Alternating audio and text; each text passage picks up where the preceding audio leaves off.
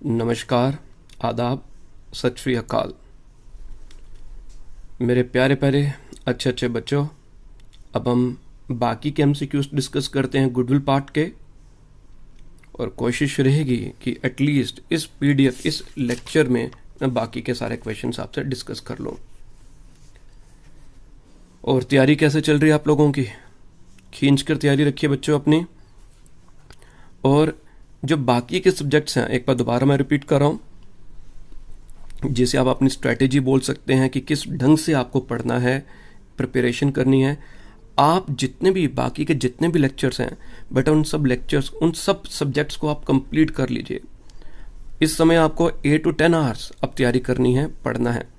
अगर आप 8 to 10 hours, let it भी आप 10 आवर्स पढ़ रहे हैं, तो इस समय आप 7 आवर्स बाकी सब्जेक्ट्स को एलोकेट करिए एंड 3 आवर्स आप अकाउंट्स के लिए रखिए। जितना अभी तक मैंने आप लोगों को पढ़ा दिया उस सबको आप रिवाइज कर लीजिए। और जो मेरे एमसीक्यूज हैं, अगर आप इन लेक्चर्स को एक बार एमसीक्यूज को देख लेते हैं तो आपको स्टडी मटेरियल को पढ़ने की भी कई बार जरूरत नहीं पड़ेगी। ठीक है जी। तो मैं जैसे जैसे आपके साथ जो लेक्चर्स शेयर कर रहा हूँ, एमसीक्यूज शेयर कर रहा हूँ, आप अपना टाइम अकाउंट्स का इन फ्यूचर थोड़ा थोड़ा बढ़ाते चलिए। पिछला वाला आपका अगर पूरा परफेक्ट है, पूरी तैयारी होगी अभी तक जितना करवाया, तो इन फ्यूचर जैसे जैसे मैं 2 या 3 या 4 लेक्चर्स अपलोड करता हूं, तो आप उन लेक्चर्स को साथ साथ कंप्लीट करते चलिए। तो अभी आप 7 आवर्स बाकी सब्जेक्ट्स एंड 3 आवर्स अकाउंट्स, तो ग्रेजुअली आप 7 से बाकी सब्जेक्ट्स को कर दीजिए 5 आवर्स और अकाउंट्स को 5 आवर्स। फिर बाकी सब्जेक्ट्स को 4 आवर्स एंड अकाउंट्स को 6 आवर्स, और लेट इट बी 5 आवर्स बाकी सब्जेक्ट्स के लिए, उनके साथ भी कोई इनजस्टिस नहीं होना चाहिए। और 5 आवर्स आप लास्ट तक अकाउंट्स के लिए रखिए। और आप लोगों का सारा जो भी डाउट्स हैं वो क्लियर मैं करूंगा।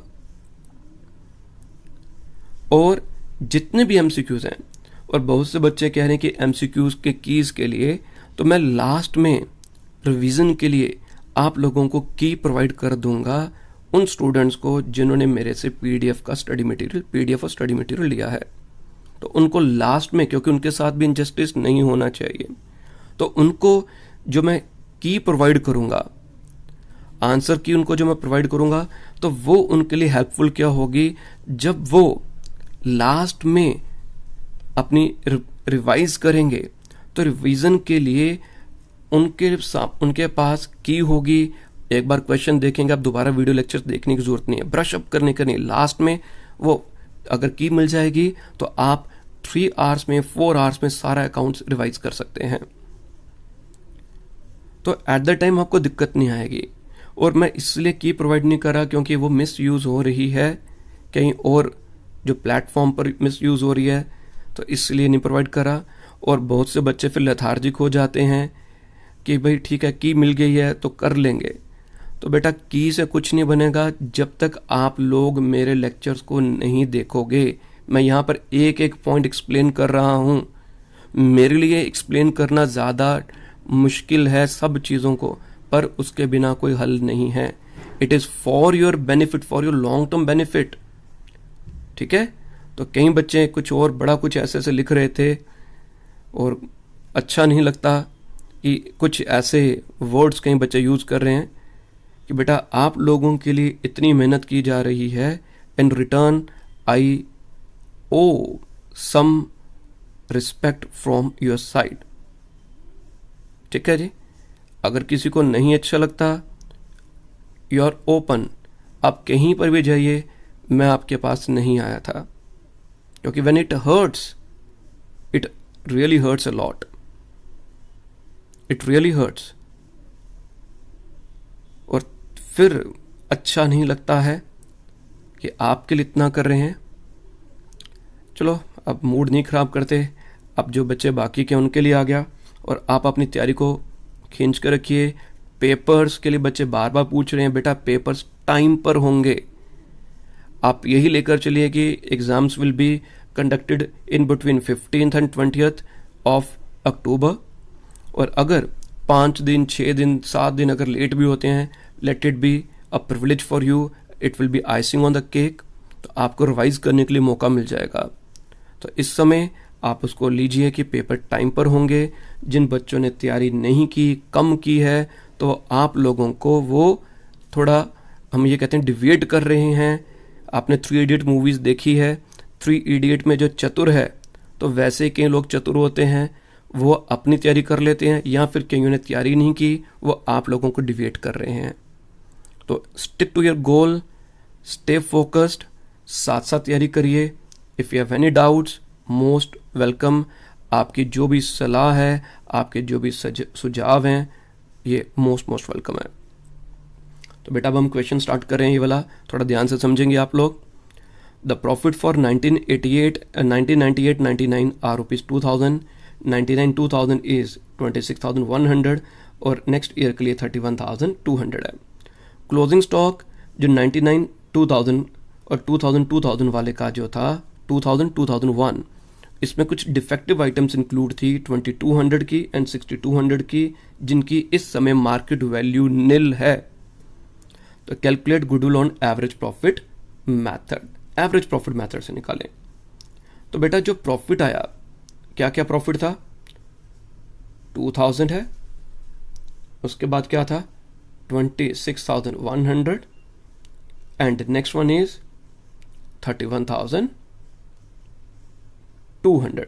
ये प्रॉफिट हमारे पास 3 गिवन है, ठीक है।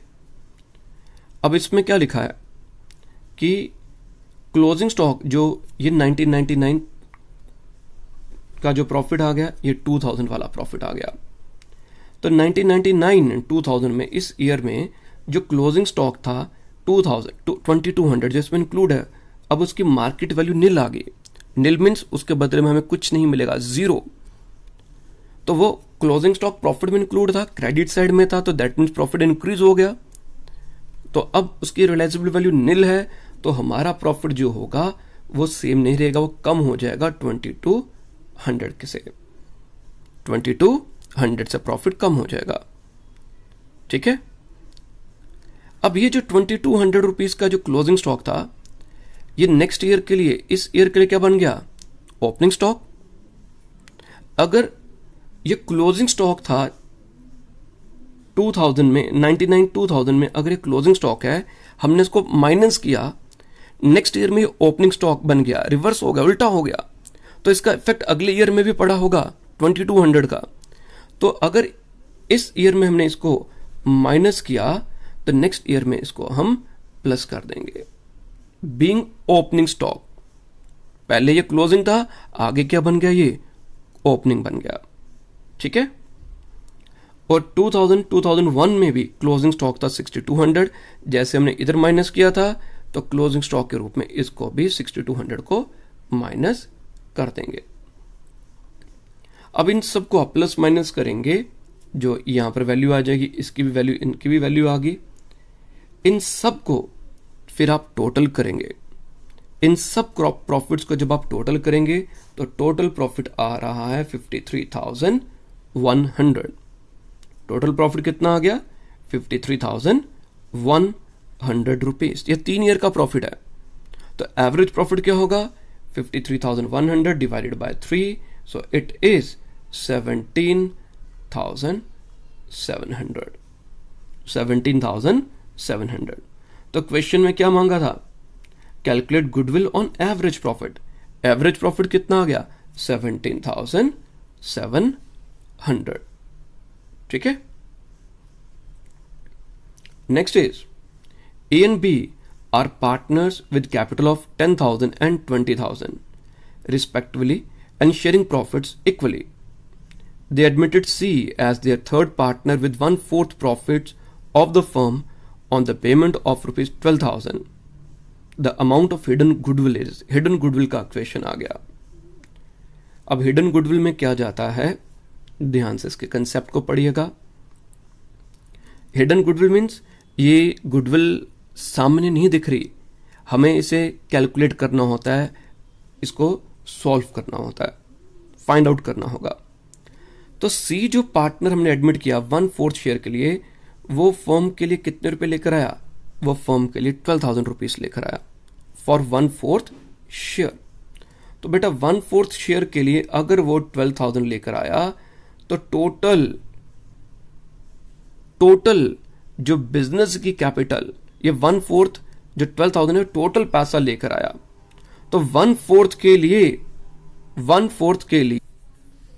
तो 1/4 की जो वैल्यू है वो 12,000 है, तो टोटल वैल्यू कितनी होनी चाहिए फर्म की गुड्स की? It should B 48,000। कितनी होनी चाहिए? 48,000। अब आ गया कैपिटल एम्प्लॉयड। कैपिटल एम्प्लॉयड ये समझ लीजिए फर्म की टोटल कैपिटल जो बननी चाहिए। अब हम देखते हैं एक्चुअल में कैपिटल कितनी है फर्म की। ए कितना रुपया था ए की कैपिटल में? 10,000। बी की कितनी थी कैपिटल? 20,000। और सी नया पार्टनर कैपिटल के लिए कितने रुपए लेकर आया? टोटल कितने रुपए लेकर आया? सी 12,000। इसके अकॉर्डिंगली जो टोटल अमाउंट जो बन रही है वो 42,000 बन रही है। कितनी अमाउंट बन रही है? 42,000। और सी के शेयर के अकॉर्डिंगली जो फर्म के कैपिटल होनी चाहिए थी 48,000 होनी चाहिए थी, बट एक्चुअल में बेटा कितनी आ रही है? 42।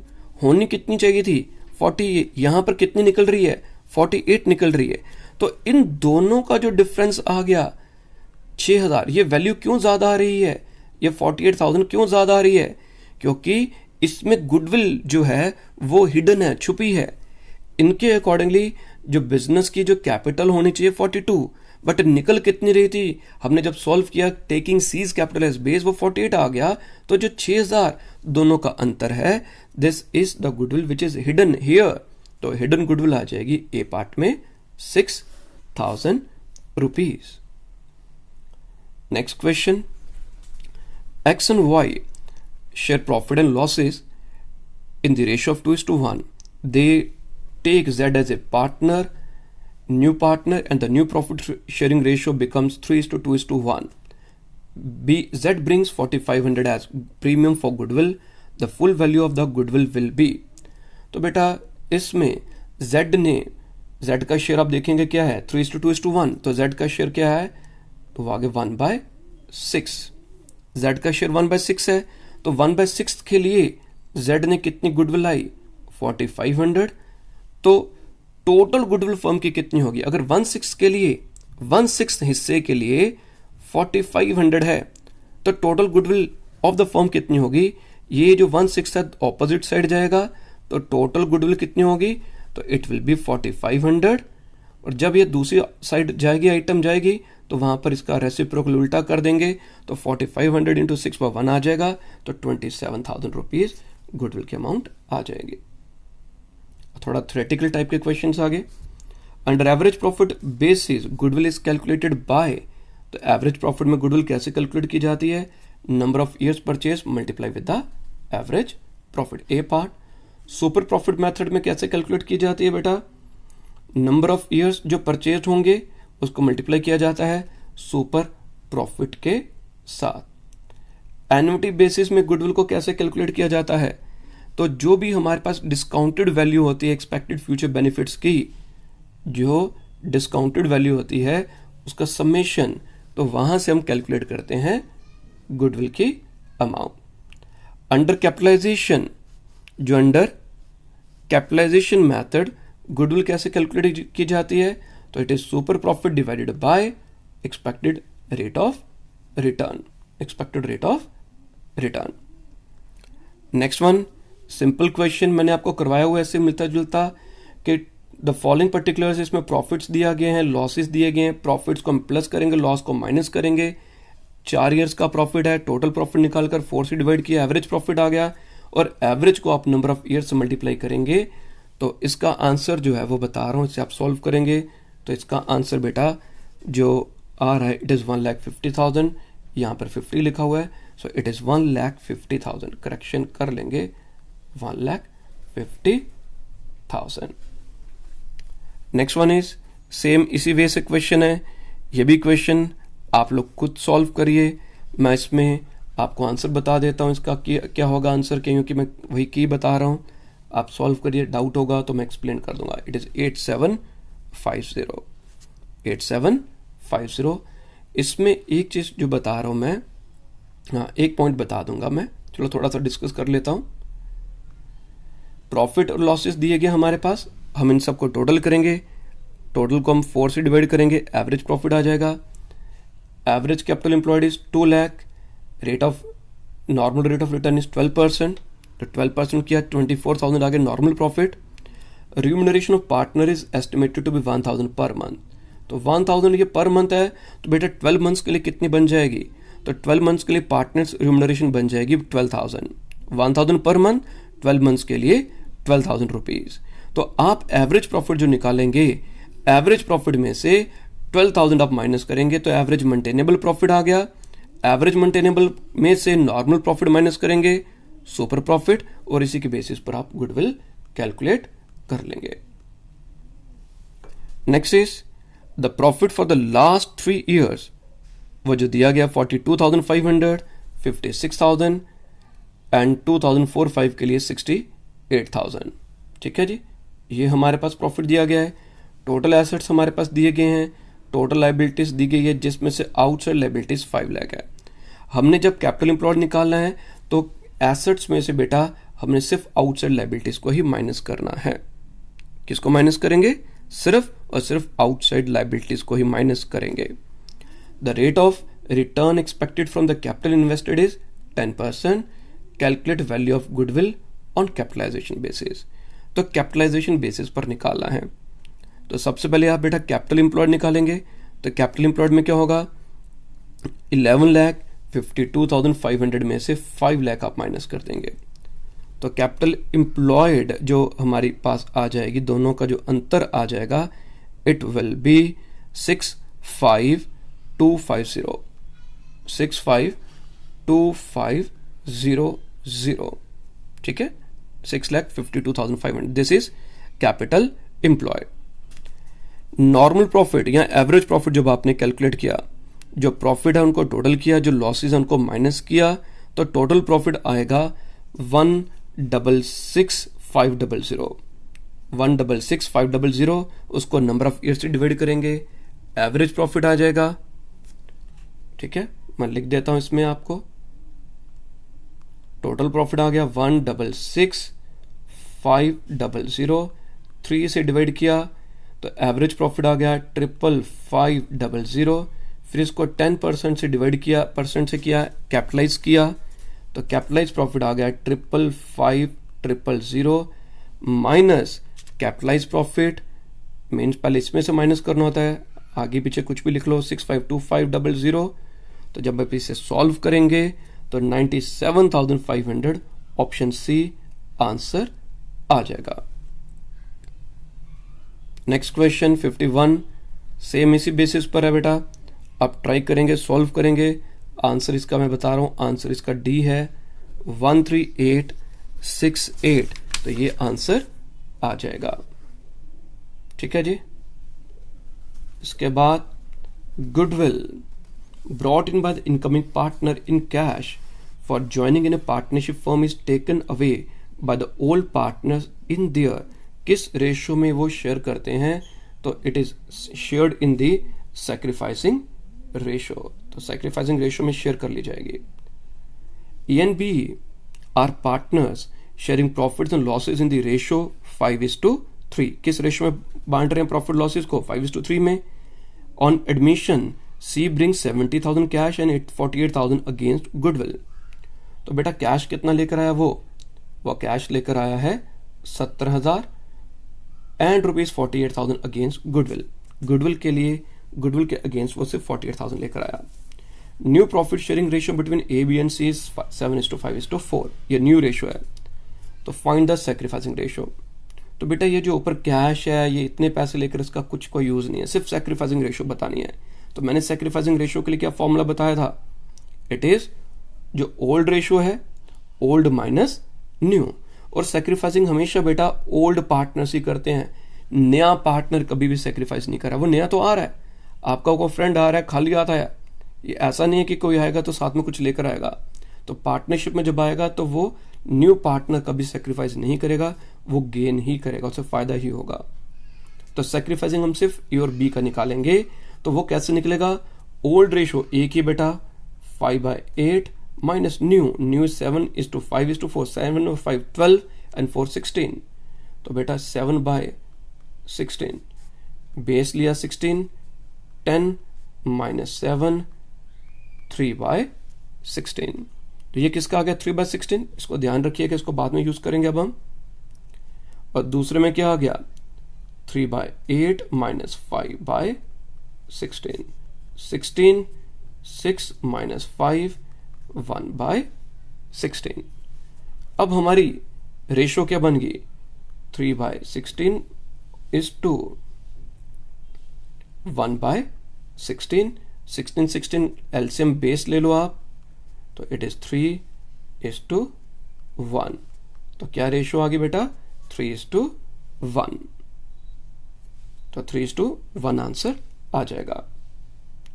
Next is goodwill bought in by the incoming partner in cash for joining in a partnership firm is taken away by the old partners in, old partners के द्वारा किस रेशो में लिया जाता है, तो वो बेटा सैक्रिफाइसिंग रेशो में लिया जाता है। Next is A and B are partners with a capital of 50,000 and 40,000 respectively, respect पूरी देनी है। They share profits and losses equally, profits and losses वो बेटा इक्वली शेयर कर रहे हैं। C is admitted on bringing ₹50,000 as capital, C को business में लेकर आए, 50 सारे कैपिटल लेकर आया। And nothing was bought against goodwill, goodwill के लिए वो कुछ नहीं लेकर आया।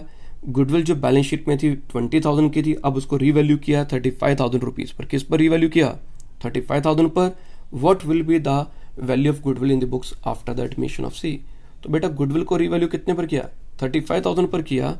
तो इसमें तो सिंपल इतना बड़ा क्वेश्चन दिया है, अंदर कुछ भी नहीं है, ठीक है ना। तो कभी भी बड़ा क्वेश्चन देकर डरना नहीं।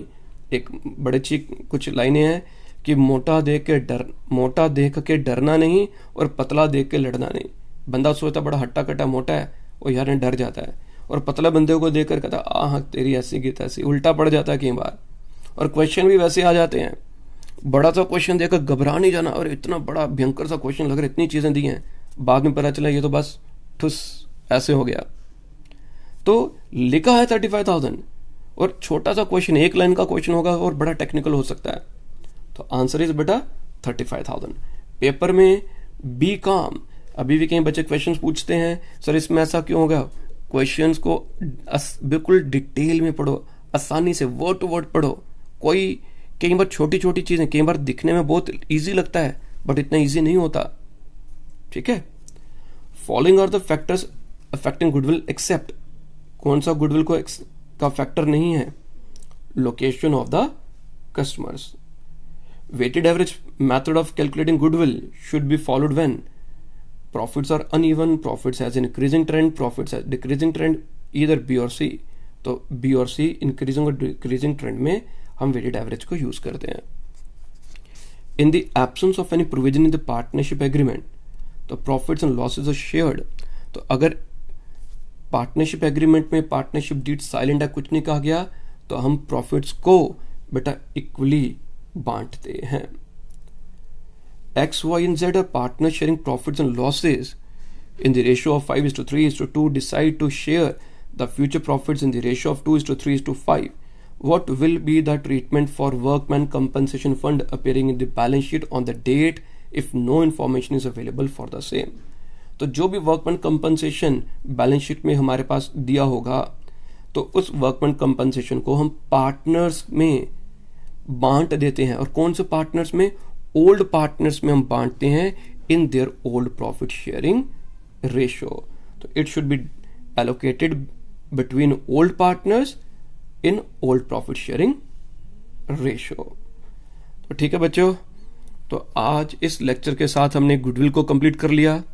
अब इंट्रोडक्शन या फिर रिकॉन्स्टिट्यूशन या एडमिशन से रिलेटेड जो भी एमसीक्यूज पहले मैं अपलोड करूंगा, और उनका वीडियो लेक्चर भी, ताकि आपको इसका क्लियर कंसेप्ट भी समझ आ जाए।